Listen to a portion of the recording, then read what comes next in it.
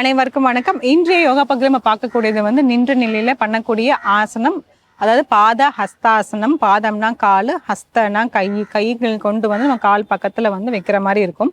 அது வந்து சில பேருக்கு வந்து கேட்டதுனால வந்து இந்த பகுதி வந்து நம்ம பார்க்குறோம். ஏன்னா கைகள் வந்து கால் கிட்ட வந்து வரல, தொடவே முடியல, நான் இன்னும் வந்து பயிற்சிகள் செய்யணும் அப்படிங்கிற மாதிரி நிறைய பேர் கேட்டிருந்தாங்க. அதுக்காக வந்து நம்ம செய்ய போறோம். சுலபமான பயிற்சிகள் தான், எப்படி பண்றதுன்னு பார்ப்போம்.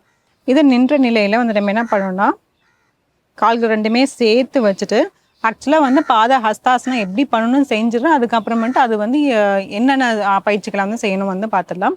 ரெண்டு கால்களுமே நேராக்கி வச்சுட்டு, கைகள் நல்லா மேல் நோக்கி வந்து தூக்கிட்டு, முதுகு தண்டை நல்லா இப்படி இன்னும் கொஞ்சம் எக்ஸ்டெண்ட் பண்ணி நல்லா மூச்சை இழுத்துட்டு கீழே அப்படியே குனியும் போது மூச்சை விட்டுணும்.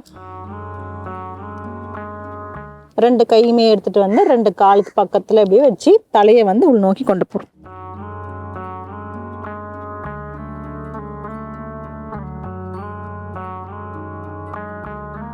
தளர்த்திக்கலாம்.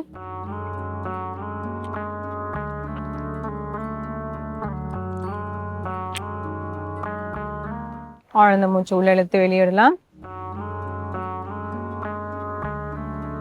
இதுதான் வந்து ஆக்சுவலா வந்து பாத ஹஸ்தாசனா. இப்படிதான் வந்து வர மாதிரி இருக்கும். இதை எப்படி கையை கீழே கொண்டு வர்றது அப்படிக்காக வந்து நம்ம பயிற்சிகளை வந்து பார்க்க போறோம். ஒண்ணும் இல்லை, கைகள் நல்லா நேரா மேல தூக்கிட்டு அப்படியே நல்லா இப்படி கீழே குனிஞ்சி, கைகள் வந்து இப்படி எல்போ மாதிரி இப்படி வந்து இப்படி கோத்துடலாம். கோத்துட்டு நல்லா இப்படி கீழே இப்படி குனிஞ்சி கைகள் நல்லா இப்படி கொண்டு போகணும். இந்த மாதிரி தொடர்ந்து அப்படி டைனமிக்காக அப்படி செஞ்சுட்டே வரணும். 3 4 5 6 7 8 9 10.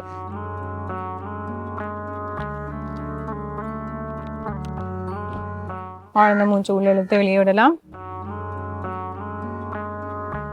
இந்த மாதிரி பண்ணும் போது கால் முட்டி வந்து மடங்காமல் இருக்கணும். கொஞ்சம் முன்னோக்கி குனியும் போது அந்த காஃப் மசில் கொஞ்சம் இழுக்கிற மாதிரி தான் இருக்கும். கொஞ்சம் பெயின் இருக்க தான் செய்யும். பட் ஆனால் வந்து அதை ஸ்டில் வந்து கொஞ்சம் நீங்கள் அதை தாங்கிட்டு அப்படியே செஞ்சோம்னா கொஞ்சம் கரெக்டாக இருக்கிற மாதிரி இருக்கும். முட்டி மடங்கினா வந்து அது கொஞ்சம் கஷ்டமாக இருக்க மாதிரி இருக்கும். இப்போ அடுத்ததும் அதே மாதிரி தான் வந்து பண்ண போகிறோம். கைகள் நல்லா மேல் நோக்கி தூக்கிட்டு முன்னாடி குனிஞ்சிட்டு, இப்போ ரெண்டு கைகளுமே வந்து ரெண்டு கால்கள் வந்து இப்படி பிடிக்க போகிறோம். இப்படி பிடிச்சி கை எல்போ வந்து இப்படி ஓப்பன் பண்ண போகிறோம். தலை வந்து நெற்றி பகுதி உங்களுக்கு நல்லா அப்படி உள்ள கொண்டு போவதான் பாருங்க. எது வரைக்கும் வருதுன்னு பார்க்கலாம். போற வரைக்கும் அப்படியே வந்து பண்ணலாம். இதுல சில வினாடிகள்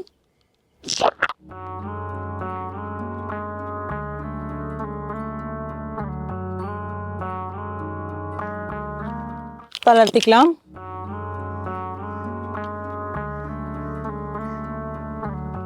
இந்த மாதிரி பண்ணும் போது கைகள் ரெண்டுமே வச்சு பிரிக்கும் போது சில பேருக்கு பேலன்ஸ் கிடைக்காது. அதனால கால் பாதத்தை வேணா இப்படி தள்ளி வச்சுட்டு அதுக்கப்புறமேட்டு பிடிச்சிட்டோம்னா கொஞ்சம் ஓரளவுக்கு வந்து பேலன்ஸ் கிடைக்கும்.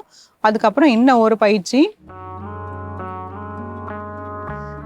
இது முன்னோக்கி குனியும் போதே நம்ம முதுகு தண்டை கொஞ்சம் நல்லா மேல் நோக்கி ஒரு 1/2 இன்ச்லேருந்து 1 இன்ச் நல்லா மேலே தூக்கிட்டு அப்படியே வந்து இப்படி கீழே குனிற மாதிரி இருக்கும். கீழே குனிஞ்சிட்டு கைகள் வந்து இப்படி பின்னோக்கி இப்படி கொண்டு போய் வைக்க போகிறோம். பின்னோக்கி இப்படி வச்சுட்டு அப்படியே இப்படி வரும்.